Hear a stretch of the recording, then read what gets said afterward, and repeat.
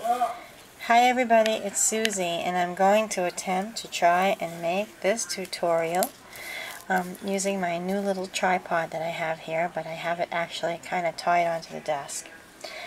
Okay, let me just share with you some of the items that you're going to need to make this rose. What I'm using today is this beautiful lavender colored silky shiny material from Twins Moms. She has an Etsy store and I will put the link down here.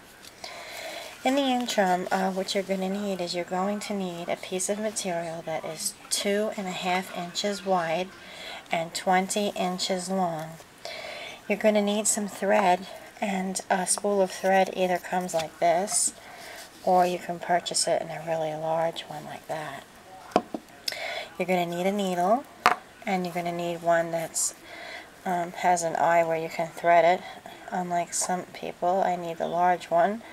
Okay, very good. Now you're going to cut your material and you're going to fold it in half, which I have already done for the sake of this video because I really don't know how long this tutorial is going to last. So what I had done was I had done a running stitch, which is fairly simple, and I'm just going to show you quickly if you can see right here. Can you see that? How the material goes in and out, in and out.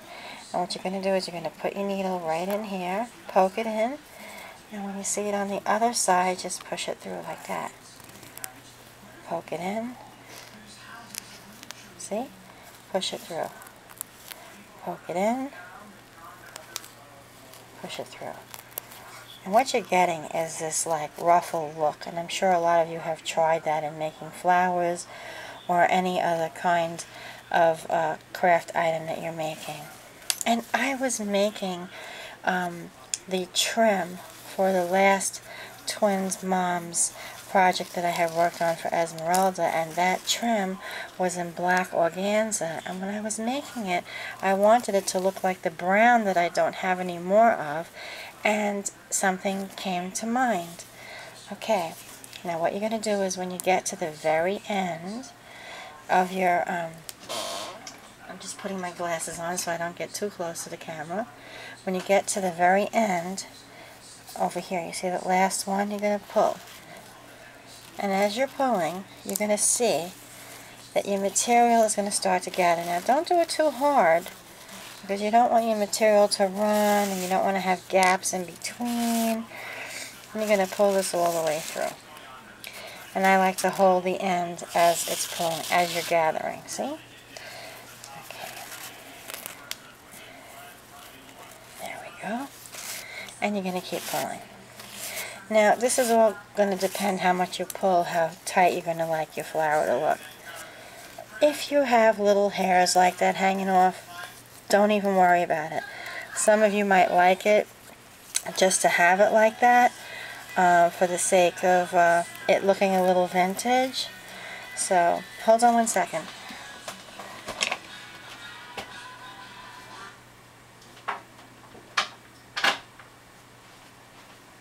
Close the video. Sorry, I had to close the door. Okay, so now you're going to get the ends of your flower, and they're going to get the side that has the knot from the thread, and the other side you're just going to hold here. Okay, and you're going to pull off some of it because now you have this really, really tight. And you're just going to take this end and roll it in and hold. Roll it in and hold it. Don't be afraid of messing it up. Okay. You see how you have that little circle there? That's like your bud, and you want that to stay there. So, and mind you, I started mastering this after like the first flower. Okay, and you're going to hold one side and twist with the other. Okay, and as you're twisting, you're going to want to mold the flower the way you want it, the way you think it'll go on your project. Whether it's going in your hair, it's going on a scrapbook project, it's going on the front of a layout, it's going on the front of a mini album, it's going on the front of a book, it's going on the top of a gift, whatever. And you're going to roll. Okay? This color is so beautiful. It's lavender, A very pretty lavender, very shimmery. And you're going to keep rolling. Roll them, roll them. And you're going to keep rolling. Now mind you, I have the camera in front of me, propped on on this little thing with movable jelly legs that's kind of pushed into the desk so it holds. So I'm trying to get my hands out here the best that I can. Okay. Now you see you've got this that formed a flower here. So now you've got this piece in your right hand that you're just going to shove towards the left, because you want that to ruffle a little bit to be part of the end of your flower. Okay, and as you're doing this, everyone is probably going to find their own little niche, their own little way of what works for them. Mind you, this was a total mistake. I couldn't believe it, because I was like, wow. I was actually making the ruffled trim, and I have a video on that I did the other day. Okay. Now, you're going to hold the flower in one hand. You're going to take your needle, and you're going to just, ow, don't get your finger. You're just going to shove it in. Now, I like to push down on the table, because I don't really feel like getting stuck. And then I would not want to bleed on the material, and then that's the end of the flower. Now I push that through the bottom of each layer that I gathered, okay? So, and I'm going to do it a couple of times. Oops. Okay, sorry. I'm going to do it a couple of times. I like pushing down on the table with the needle so I don't have to poke myself. Okay. And again. Ta-da.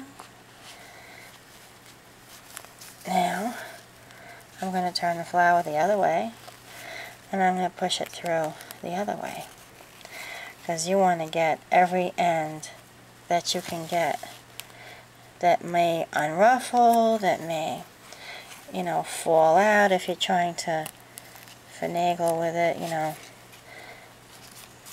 Okay. Now I'm just going to hold that. Now, as you can see, we have this really, really pretty rose, right? Okie dokie. Now I'm going to get, this is just like a little bottle that I had purchased in Michael's that used to be full. And I have a huge thing filled with pearls, but sometimes I like to just keep a couple of pearls in a bottle to have at hand in the event I should be making a project just like this. Okay, you can put a pink pearl in here, you can put a blue one in, you can put a black one in, a gray one, a purple one, basically any color, because this is such a nice lavender that it's practically neutral. Okay. And then you're going to shove it through the thread right through the bottom of that the other way so that the needle comes out of the center. And then you're going to push this right through here.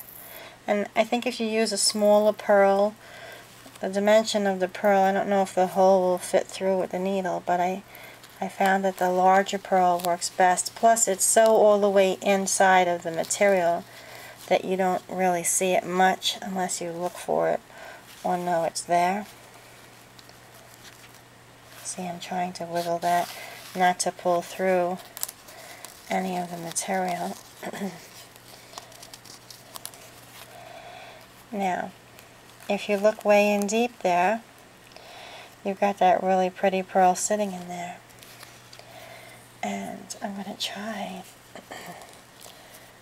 and weave through again.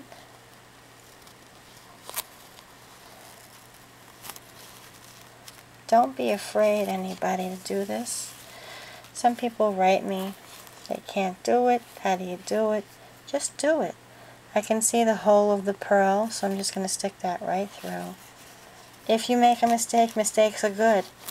Look what kind of mistake I made. And let me just show you what I'm talking about. Stay there with me a second. I had ran out of some trim that Esmeralda had sent to me. And I thought that I wanted to make the ruffled trim like the brown one she sent me. So this was actual material that I started to gather. And then I sewed the beading to it and made this the edging for this journal. And that's how I actually made the mistake and did the flower. Some mistakes can be good in the end. Alrighty, just pull your thread a little bit, because now you're just going to knot off. The only thing bad about this here is just try to tie a knot, and I'll show you how to do that. I'm sorry. Pull it through. Now you've got this loop here. Just stick your thread through. Okay. Get yourself a scissor.